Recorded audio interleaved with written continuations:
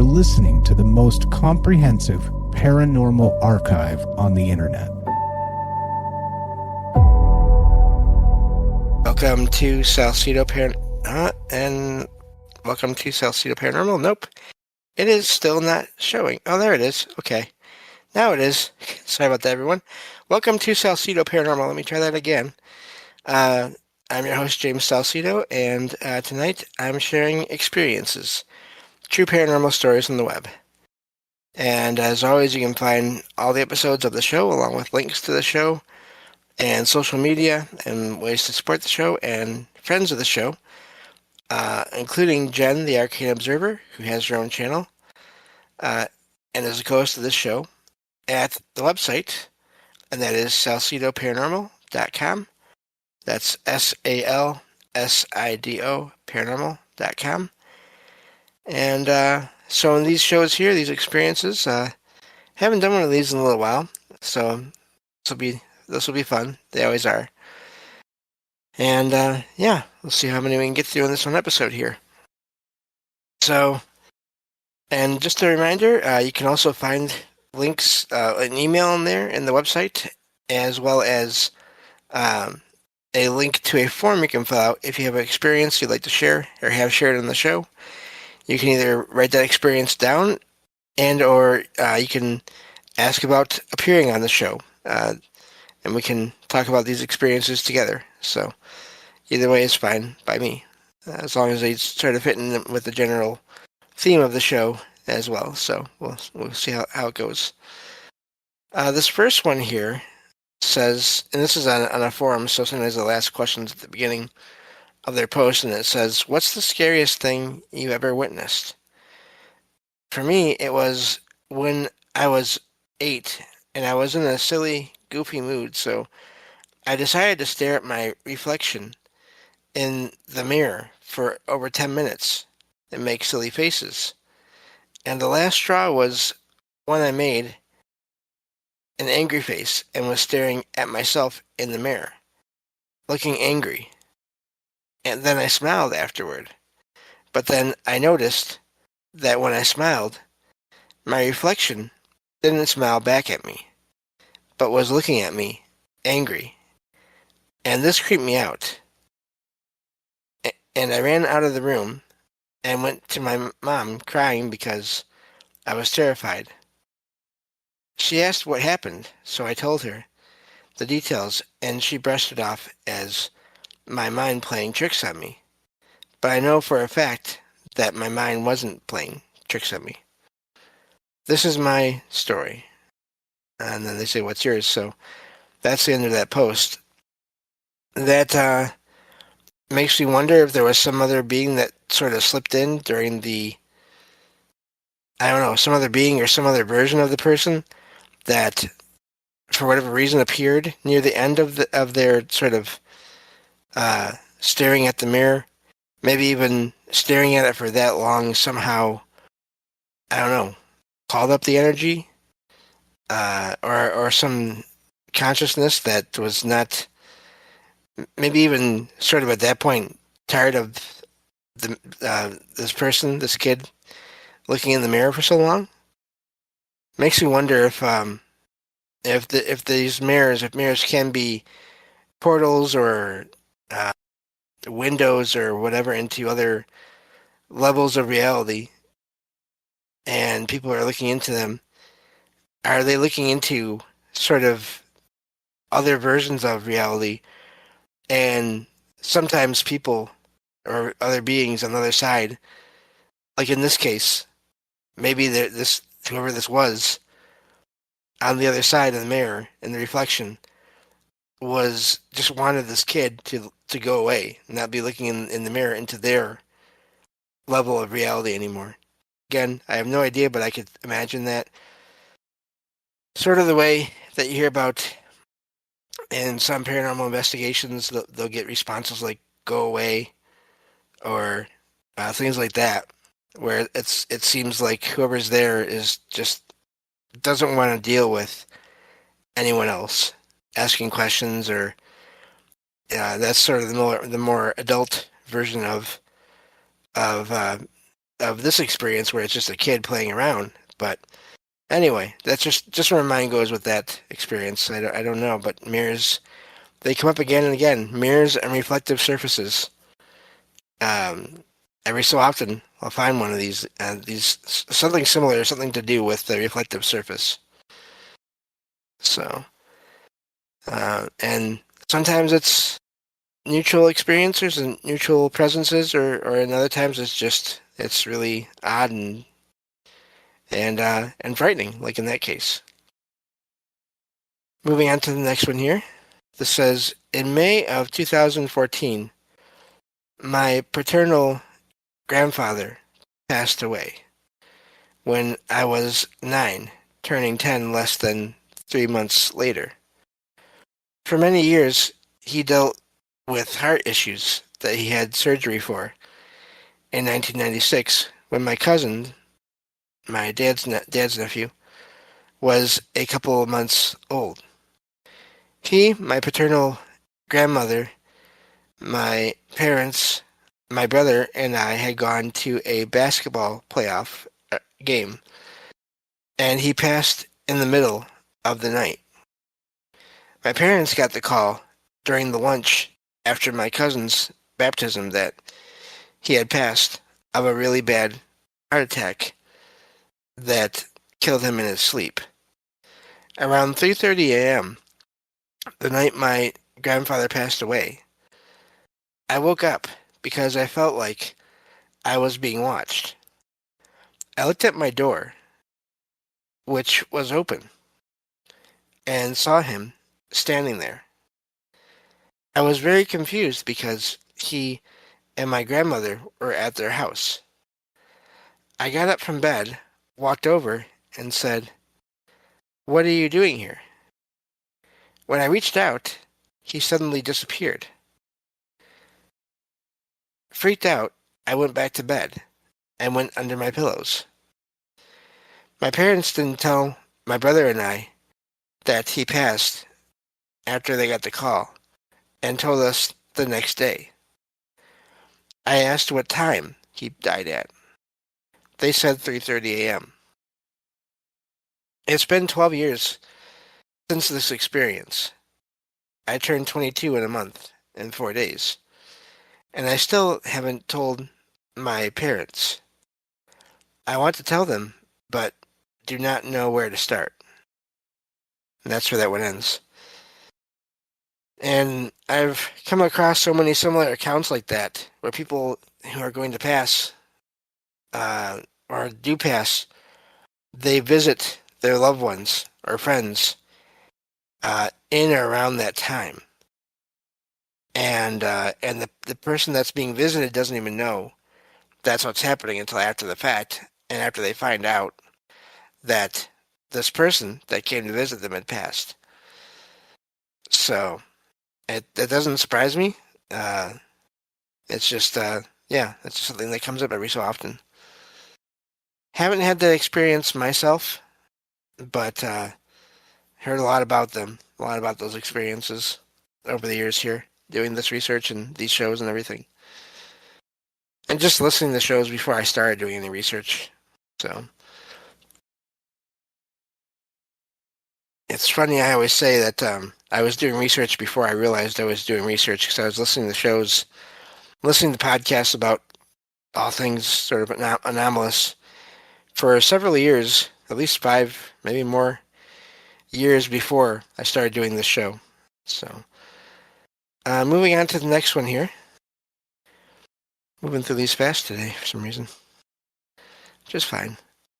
This one says, I lost my lighter, and then later I found it, hidden in plain sight. I have been thinking about this all day since last night. I have 2 lighters, red and white. I thought I lost the red lighter, like around 2 or 3 weeks ago, and I absolutely looked everywhere.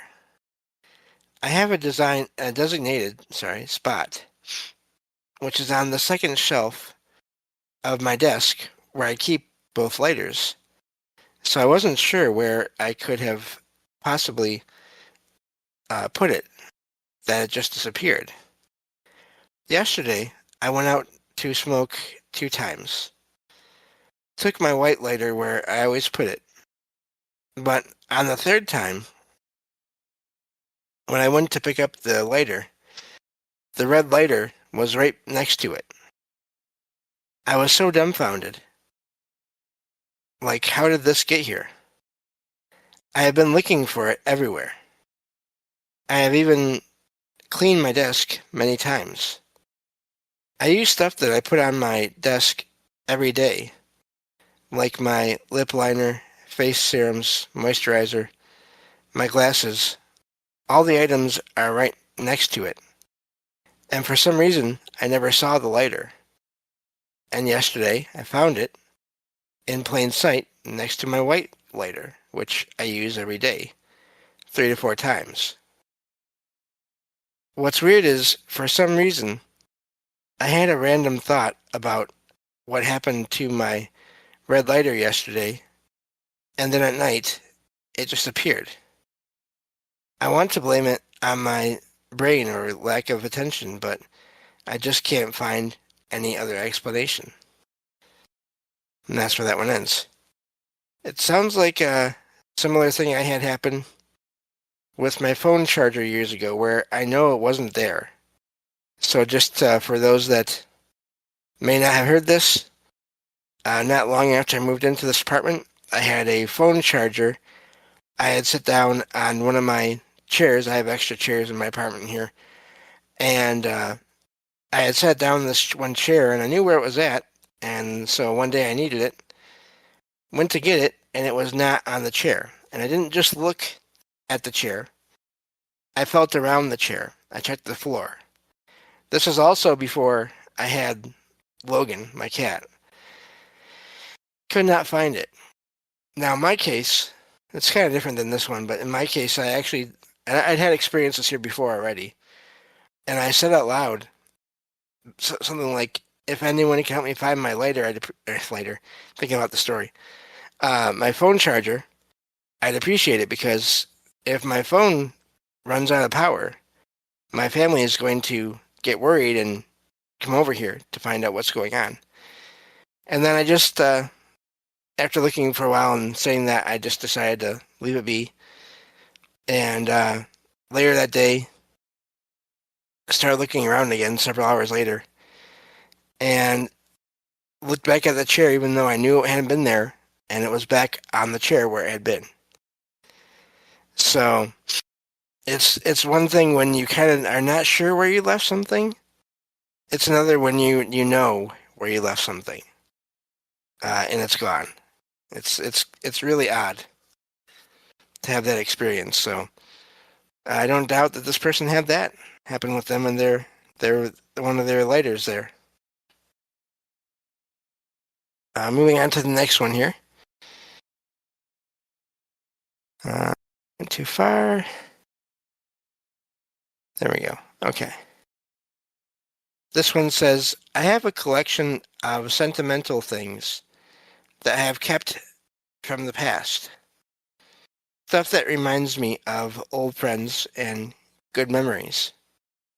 I have kept a couple of old VHS tapes and DVDs that I'm attached to.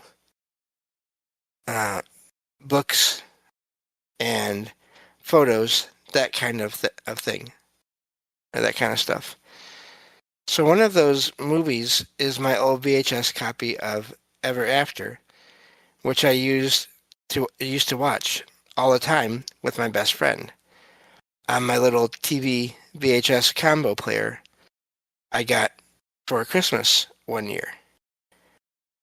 Another one is a DVD copy of Little Miss Sunshine that I kept because my ex-boyfriend left it at my house one time. And he was my first love, and it was like one of the only things I kept. Side note that I also remember just dramatically whole arm flinging a CD frisbee style out the car window while sobbing on the highway too. It was a very dramatic breakup for me. So I have kept these two movies for years, along with my VHS copy of Beauty and the Beast. A bit of backstory. I got divorced over the pandemic and moved to a new house. I went from a big house to a tiny house. So everything got packed and stacked in the basement until I was able to lost my spot. Until I was able to lost my spot. Wow. Oh, to sort through. There we go. To sort through things. I packed 2 movies. I unpacked 4 movies. And I cannot understand why. I kind of set it aside for a while, but a little bit. And I don't think there really is any answer, but I swear to you that to my best and honest knowledge, that I would never have replaced these. And my ex-husband did not even own any hard copy movies. He just streamed everything. So I don't know where the second ones came from. A couple of things that I think are interesting is that the wear on the VHS tape jackets is so similar. And also the barcode numbers on the back are identical to each other. I don't know if that is common for the same movie to always have the same barcode. Tried to look it up a bit, but didn't find a whole lot of conclusive info. So thank you for letting me share. Has anyone else ever had something sentimental replicate? And that's where that one ends. So this is a thing I found some accounts of in recent, like the last couple of years. People having experiences with objects going missing and then coming back in pairs in like 2 versions of the same thing, or just having something like in this case stored away and then finding 2 identical versions, well, finding an identical version of the original object. And I don't know how to explain it. Of course, everyone these are all from a forum that is about the concept of simulation theory or glitches in the matrix. I don't know if that's what it is. I don't know that's not that. I have no idea.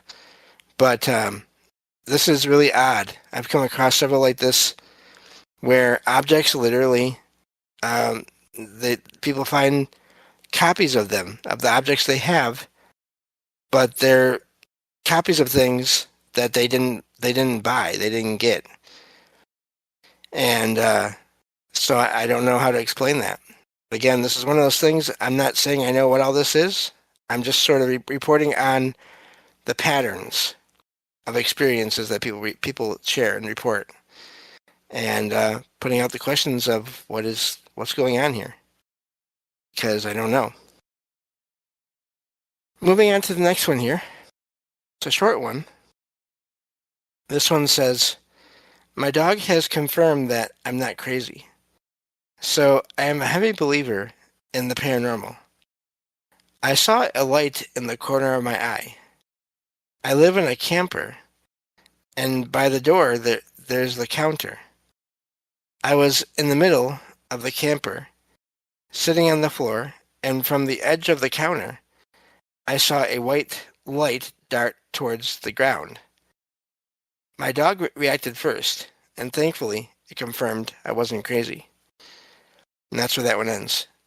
Again, short one, but it's always good to have that confirmation, especially when it's from pets, dogs or cats or animals, because there's no teaching them that this stuff can't exist. You're imagining things. If they react to something around the same time you notice something, that's a good sign there's something going on. What it is, we don't know, but yeah, so that's fascinating, and I always give credit to that. I've had a few experiences with that myself before with my cat Logan, and so I always I always trust when that happens, when you hear about those kinds of experiences. Let me see here. Next one here. This one says, I'm 24 now, and starting with a bit of backstory, when I was younger, I stayed a lot at my Nana's apartment since we were really close, and my mom was often busy with this, that, and the next thing. I don't remember much of that day, which was weird. I have very vivid memories of most days I spent in that house. But I remember this. I was young, and I was taking a shower, and I had the water turned on low, like I always did, and went about my shower like usual, like normal. Suddenly, I got this feeling to look towards the shower curtain. Nothing happened for a moment, so I went back to what I was doing. And then suddenly, I saw a fairly large ball of light hovering off the ground and moving from where I had been tempted to look earlier and to the other end of the shower curtain. I just stood there and was shocked and scared before going back to my shower. I didn't want to check what it was, so I never did. When I later got out of the shower, I remember seeing nothing and going back out to my Nana, where she smiled at me and said I was a blessed child. Then we went about our day. And that's where that one ends. So that one is fascinating. I wonder if the grandma was picking up on something? Not sure.